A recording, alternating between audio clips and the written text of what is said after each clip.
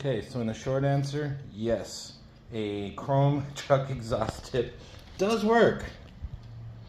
I've got it clamped on right here, and I've got a little bit of weld hidden under there, and previous owner put a nice hole in it, so it's got a little extra sound. I really tried welding it up, but that's it. What I did to make it work is I bought one of these little 8-inch baffles for, you know, $5 on Amazon, stuck it in there, and it works. So there you go, cheap exhaust.